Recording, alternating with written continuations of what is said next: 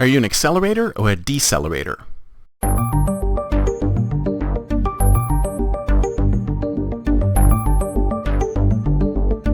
So a while back, I went to a Bay Area Futurist meetup. It was a long time ago. I don't know, a number of years ago.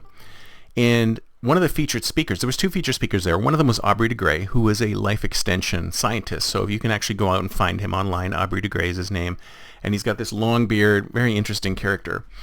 And his concept was that all we really need to do is figure out how to extend our life 20 years. And if we can extend our life 20 years, within those 20 years, we can figure out how to extend it another 20 years, and eventually we'll be immortal. And on the other side of the debate was someone from the president's ethics committee who was saying, listen, human beings, we shouldn't think about immortality. We shouldn't think about extending our lives. For everything, there is a season. Human beings live, they're born, they die, all of that stuff. And we'll ruin everything if we start thinking about life extension. And somebody got up from the crowd, very emotional guy, said, I've dedicated my entire life to climate change, to be able to try and solve climate change, and I really want to be able to spend as much time as possible trying to figure out climate change. So I really, really want to build my longevity and live as long as I possibly can. And of course, Aubrey De Grey said, absolutely, we can totally do that. And the guy on the president's ethics committee said, oh, no, we shouldn't do that. Do as much as you can in your current lifespan, and then forget it. So here's the thing. And I used to say, well, people are split into two different camps. You've got the do-its and the should-we's. You've got the should-we's who are saying, should we actually do this? They're always thinking, is this something we should do before they even know if it's possible?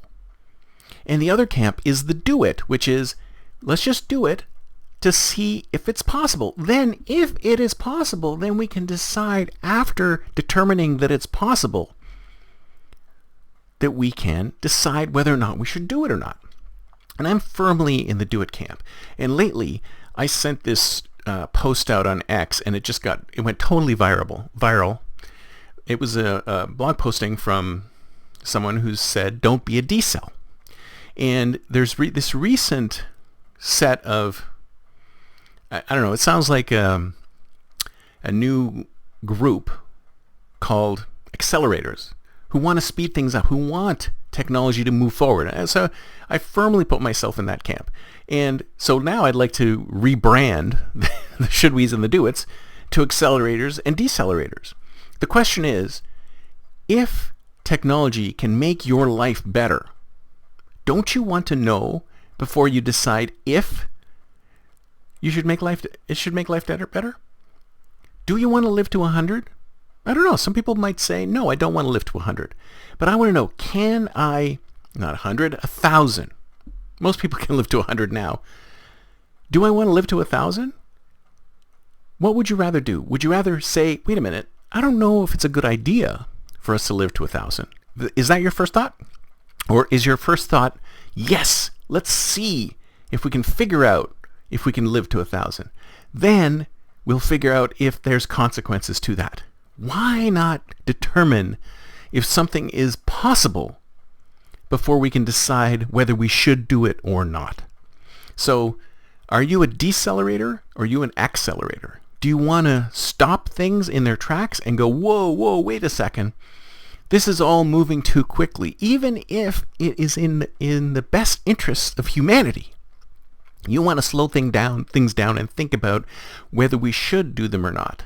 Whereas on my side of things, it's let's figure out if it's possible. Because that's where things come from. The possibility. I mean, this might not be a very good example, but let's say, for example, you had a good job. You're in a good job. You're in a job that you liked. But then somebody offered you a position in another company at a better salary. And you might think to yourself, well, I'm not even going to think about pursuing that because I like where I am. But what if that job was actually better? What if that job stretched you more, challenged you more, was better for you all the way around? But you said no immediately without even exploring it. So what I'm saying to you is that wouldn't it be a good idea to take the interview, go through the steps a bit, get to the point where there's actually an offer letter in front of you, because when their offer letter is in front of you, you actually have a choice. Because before that moment, you do not have a choice. Before that offer letter is in front of you, you have your job. You don't have this other job. But now you have a choice between this job and this other job. It's the same for this. All we're doing with the accelerating technology and trying to figure out these things is giving us a choice as to whether or not we're going to do them or not.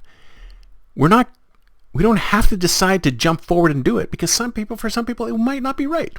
If we figure out how to live to 1,000, some people won't want to live to 1,000. But wouldn't you want to have that choice? That's it for me for today. See you next time, and until then, don't forget to think future.